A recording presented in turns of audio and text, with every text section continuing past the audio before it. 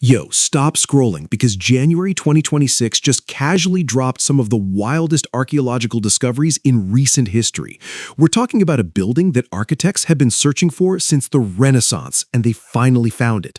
A sealed bronze reliquary that's been locked shut for 1,000 years with no way to open it without destroying it. And 3 teenage warriors buried with enough Italian silver to double the known coin count in an entire region.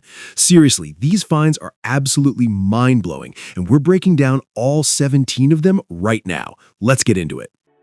The most incredible archaeological discoveries of January 2026. The mosaic that broke a 70-year dry spell. Imagine digging up your backyard and finding a floor so beautiful, museums would pay massive moolah just to photograph it. That's exactly what happened in Izmir, Turkey. Archaeologists just uncovered the first ancient Roman mosaic in 70 years, a floor from the 4th to 6th century AD that's absolutely covered in geometric patterns. Picture a floor about the size of a small bedroom with hexagons, squares, and triangles all fitting together like the world's most complicated puzzle. Right in the center, a Solomon's knot, 2 interlocked ovals that look like an infinity symbol's cooler cousin. The team thinks this wasn't just decoration. They believe whoever lived here put this symbol at the entrance to protect against the evil eye, basically ancient haters and bad vibes. Think about that craftsman, squatting on the ground, placing stone after stone, creating flowers with 4-pointed petals. No power tools, no measuring apps, just skill, patience, and probably some serious back pain. But here's the twist. Some experts aren't buying it. One researcher pointed out that Solomon's knots are everywhere in Roman mosaics. So was it really protection or just the ancient world's favorite design trend? The craziest part? They haven't even uncovered the whole thing yet. There's literally a wall cutting through it right now. So here's my question. If you found something this mind-blowing in your city, would you want it in a museum where everyone could see it? Or would you build your house around it and flex on every guest? Drop your answer in the comments. 2. The monk neighborhood that time forgot. They just found an entire Byzantine monastery in Egypt, complete with bedrooms, a church, and what might be the world's oldest meal prep station. Archaeologists in Upper Egypt just uncovered something wild at Al-Qaria bi al-Duwair. We're talking about a full-blown monastic compound from the Byzantine era, basically an ancient Christian monastery that's been hiding underground for over 1,000 years. This wasn't just one building. It's like they found an entire neighborhood designed for monks, multiple mud brick structures, worship halls with curved niches, tiny vaulted rooms that were basically ancient dorm rooms, and even courtyards. Think of it as the Byzantine version of a self-sustaining commune. Here's my favorite part, the amphorae. They found storage jars in excellent condition with Coptic writing scribbled on the shoulders. The archaeologists haven't translated them yet, but they think they're labels, like Brother Marcus's olive oil or lentils, don't touch. Imagine being the monk in charge of inventory. You're living in the desert trying to focus on prayer, but someone keeps messing with the food supplies. So you grab some ink and label everything. These weren't just holy men floating around praying all day. They were organizing, meal prepping, probably arguing about whose turn it was to clean the communal dining area. 3. The ancient war trumpet that still has its ears. They just found a complete Iron Age war trumpet in England, and it was literally designed to make enemies wet their pants on the battlefield. Archaeologists in Thetford, Norfolk, just unearthed a carnix, a 6-foot-tall vertical war trumpet with a bell shaped like an animal head with its mouth wide open. This thing is the ancient Celtic version of psychological warfare. Ancient writers literally documented how terrifying these things sounded on the battlefield. Here's the wild part. This is only the 3rd carnix ever found in Britain, and it's the only one with the mouthpiece, tube, and bell all intact. It even still has its big floppy ears, something no other carnix has ever had when discovered. But here's what gets me emotional. This carnix shows signs of repair. Some Celtic warrior or musician carried this thing into battle after battle. It got damaged, and instead of tossing it, they fixed it.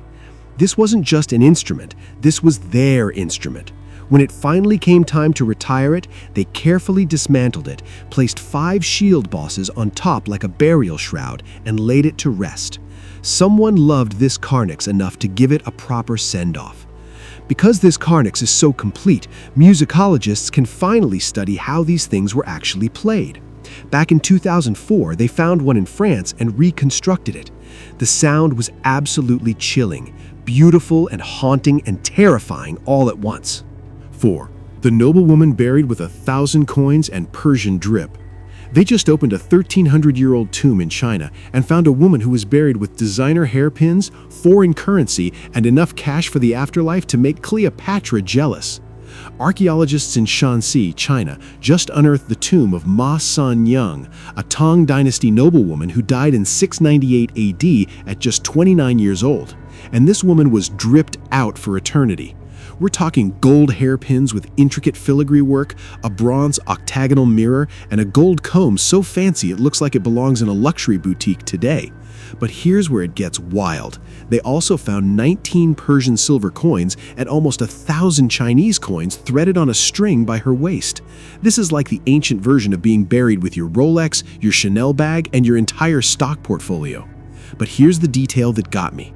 The silver goblet is decorated with grapes and honeysuckle, a design that came straight from the Silk Road, bordering Persia. This wasn't made in Persia and shipped over. Chinese artisans were actively blending foreign aesthetics with local craftsmanship. Imagine being Ma Sanyang. You're living in 7th century China, sipping from a goblet that represents a fusion of East and West. You're wearing hairpins made with techniques from multiple cultures. You're carrying Persian coins not as currency, but as status symbols.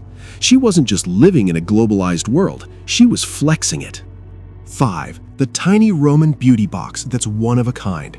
They just found a bone box in England so unique that archaeologists have never seen anything like it, and it might have held ancient skincare. Archaeologists in Broadway, Worcestershire just uncovered something absolutely mind-blowing in a late Roman grave. We're talking about a tiny box, only 2.7 inches long, carved entirely out of deer bone with a sliding lid and decorated with the same ring and dot pattern you'd find on Roman dice. This thing is the ancient version of a luxury makeup compact. The box was made from a roe deer bone, and the detail work is insane. It's in excellent condition, almost perfect, which is wild considering it's been underground for over 1,500 years. And here's the kicker. There's no other example of a box like this anywhere in the archaeological record. Zero. This is literally one of one. But here's where the story gets personal.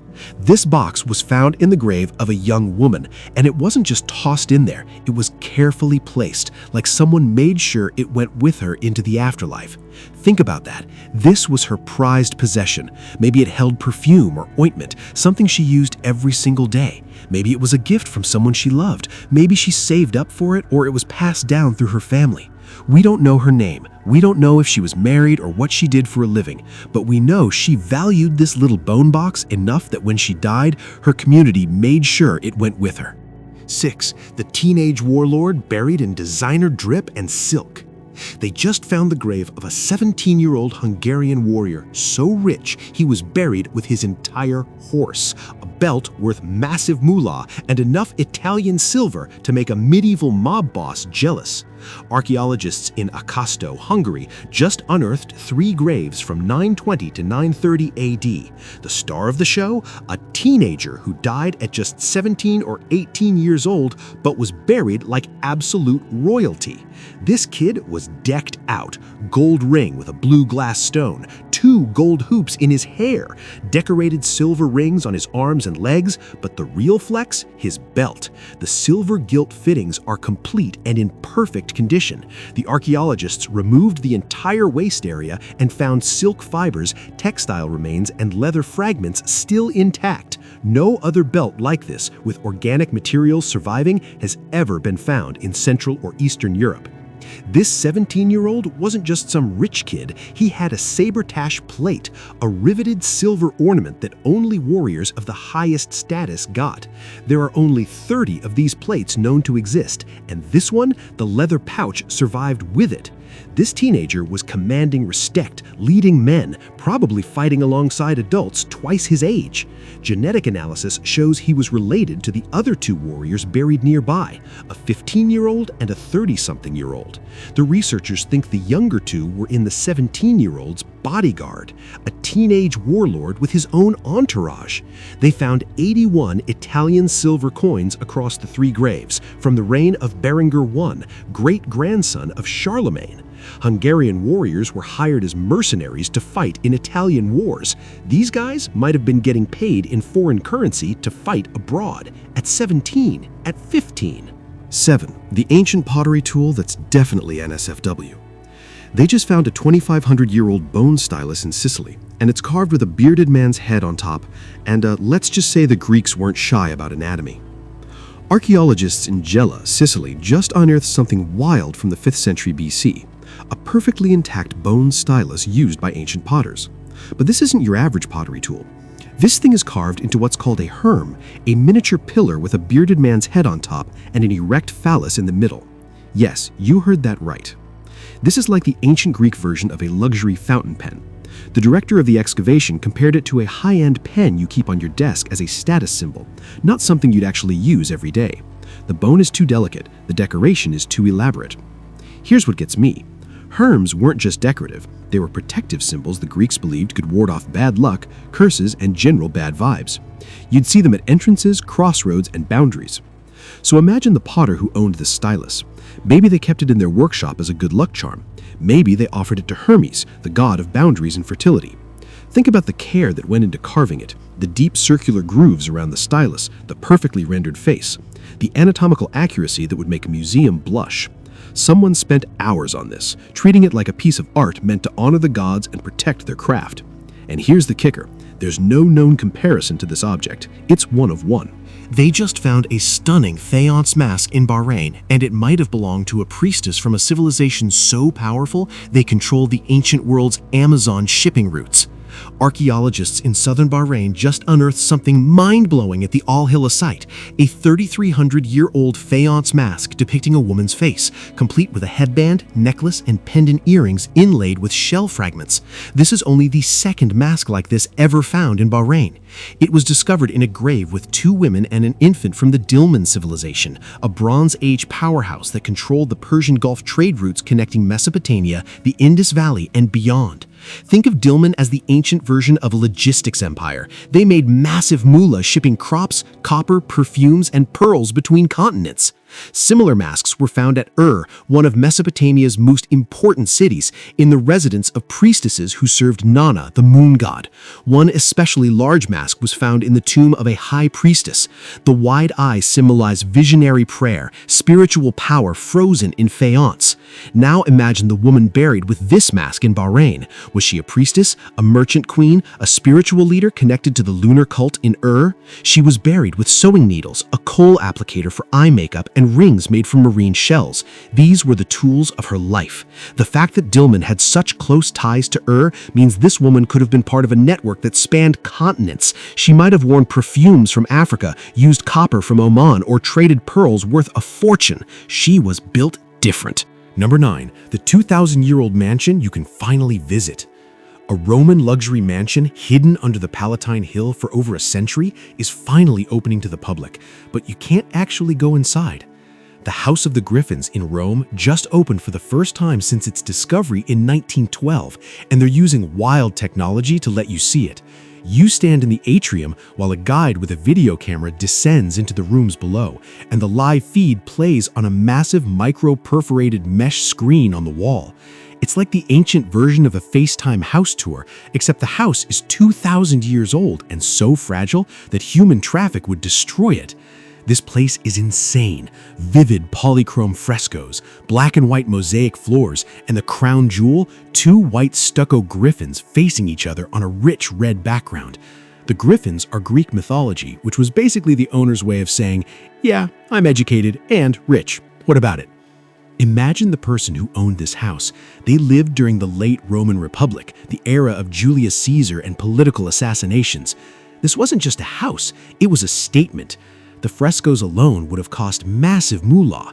Whoever lived here was rubbing elbows with senators, maybe even future emperors. They hosted dinner parties where deals were made and alliances were forged. And then the Augustan era came, and their mansion got bulldozed to make way for imperial construction. Their home was literally buried and forgotten until 1912. 10. The ancient brain surgery victim buried in a family tomb. They just found a 2,300-year-old tomb complex in a Roman suburb, and one of the skeletons has evidence of ancient brain surgery drilled into his skull. Archaeologists excavating Via di Pietralata, a suburb east of Rome, just uncovered something wild: a monumental funerary complex from the early Republican era dating back to the 3rd and 4th centuries BC. We're talking about two massive chamber tombs carved into a tufa hillside.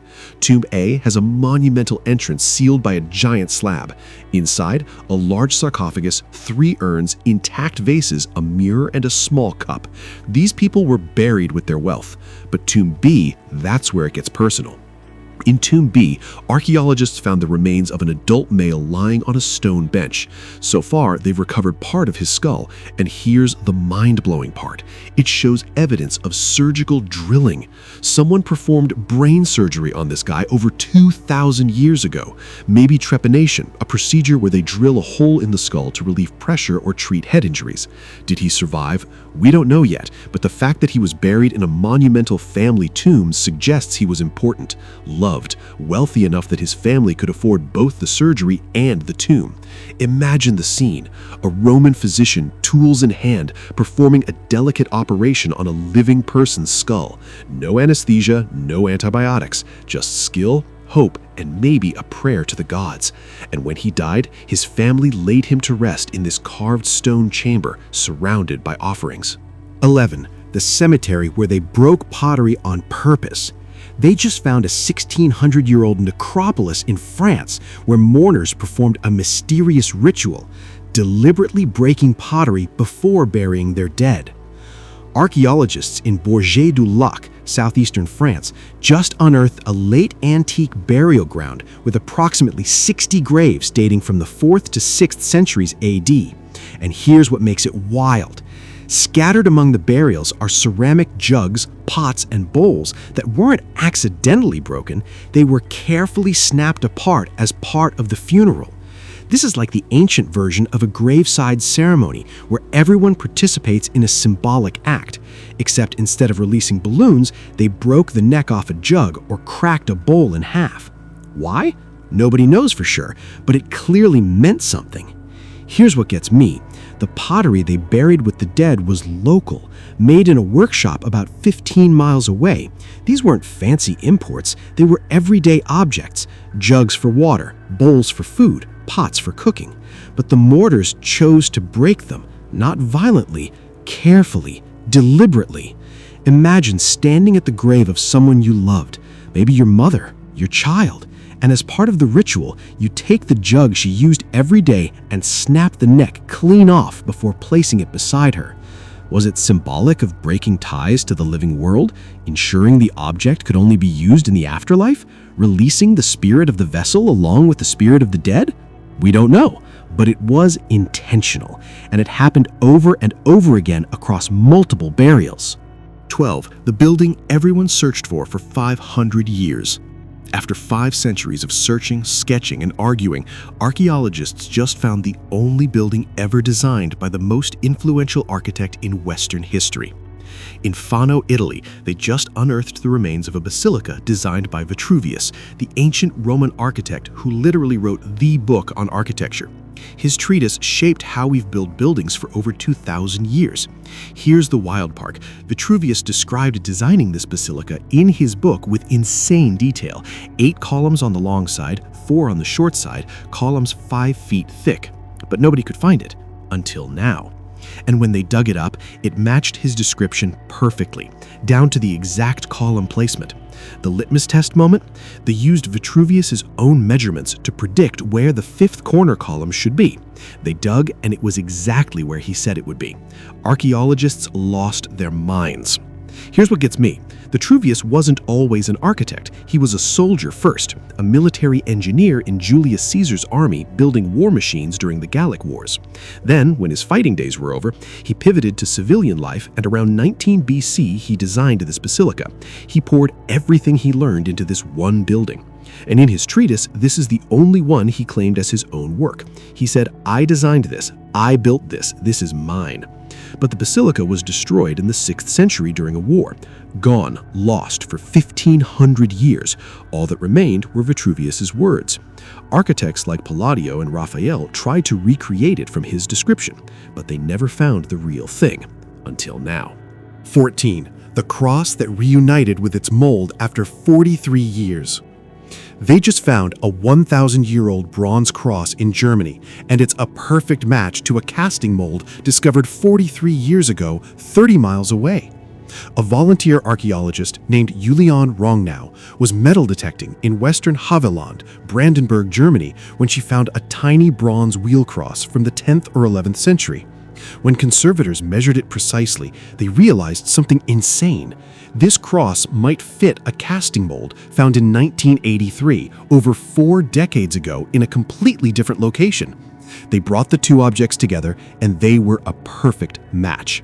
This is like finding a Lego piece that clicks exactly into a set your neighbor found 40 years ago, except these pieces are 1,000 years old and tell the story of a religious revolution that almost got violently erased.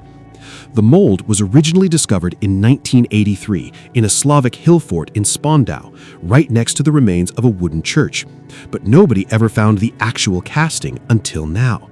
Imagine the craftsman who made this cross. It's the early 10th century. The East Frankish kingdom just conquered the region and is forcing Christianity on the local Slavic tribes, who are not having it. This guy is pouring molten bronze into a mold to create crosses for the new Christian elite. Maybe he's a believer. Maybe he's just trying to survive. And then, in 983 AD, the Slavic tribes rose up in the Lutetia Revolt. They kicked out the rulers, won their independence, and held on to it for 150 years. Christianity? Gone. The wooden church? Probably destroyed. The cross survived somehow, and now, over a millennium later, it's reunited with the mold that created it. 15. The tomb guarded by an owl and a fierce ancestor's face. They just found a 1,400-year-old tomb in Mexico so perfectly preserved, the president called it the most important archaeological discovery of the last decade. Archaeologists in Oaxaca, Mexico were following up on a looting complaint when they stumbled onto something mind-blowing, a Zapotec tomb from around 600 AD, covered in reliefs, paintings, and murals that are still vivid after 14 centuries.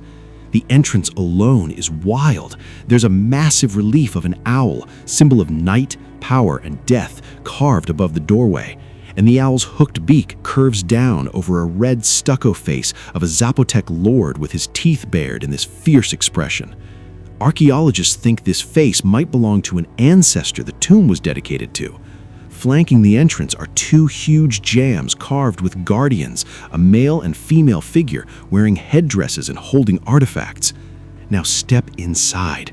The burial chamber walls are covered in a polychrome mural showing a procession of people carrying bags of copal, a tree resin used as incense, walking towards the entrance.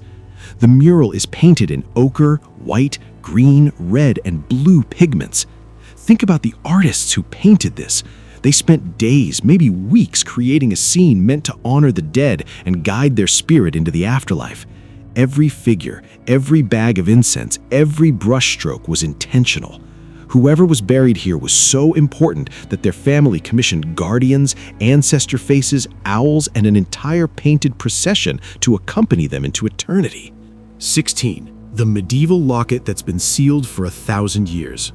They just found a bronze reliquary cross in Turkey that's been sealed shut for up to 1,000 years, and nobody knows what's inside. Archaeologists excavating ancient Lystra, Konya, Turkey, just unearthed something wild. A bronze reliquary cross from the 9th to 11th century that's still sealed, like permanently riveted shut. No hinge, no latch, no way to open it without destroying it. This is the ancient version of a time capsule that was never meant to be opened, except instead of burying memories, someone sealed a sacred relic inside and wore it around their neck. The exterior is decorated with circled dots and parallel lines. It has a suspension mount at the top, meaning this was definitely worn as a necklace.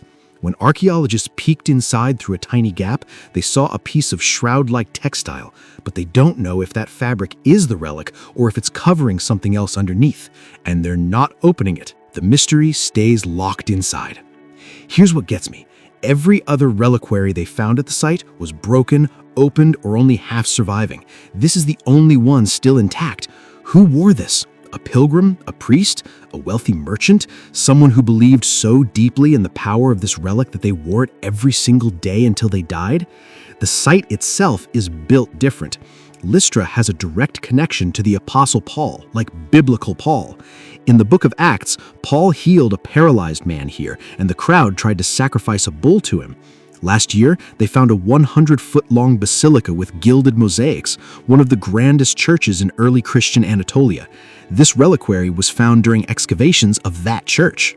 They just found a rock carving in Egypt's Sinai Peninsula that's basically ancient propaganda, showing a bound prisoner with an arrow in his chest and a victor flexing over him. Archaeologists discovered a rock art panel at Wadi Kamila in South Sinai, dating back to around 3000 BC. The central image shows a striding Egyptian man with his arms raised in a bicep flex pose, standing over a kneeling man with his arms tied behind his back and an arrow through his chest. Behind the victor, a boat, a symbol of Egyptian rulership and power. This is the ancient version of psychological warfare. It's a billboard carved into stone that says, "We're in charge now, and this is what happens if you resist." The southwestern Sinai was loaded with valuable resources: copper, turquoise, raw materials the Egyptians desperately wanted. So they colonized the region and made sure everyone knew who was boss by carving scenes like this into cliffsides. The inscription above the scene translates roughly to Min, ruler of copper ore, the mining region. Min, M-I-N, was the god who dominated territories outside the Nile Valley, the patron deity of early Egyptian expeditions. Now imagine you're a local Sinaiite living here 5,000 years ago. You have no writing system, no centralized government, no organized military, and then these Egyptians show up with advanced technology, military force, and a writing system they used to carve permanent reminders of their dominance into the rocks. Every time you walk past this panel, you see that kneeling figure with an arrow in his chest. You know what it means. It's fear as infrastructure, propaganda carved in stone.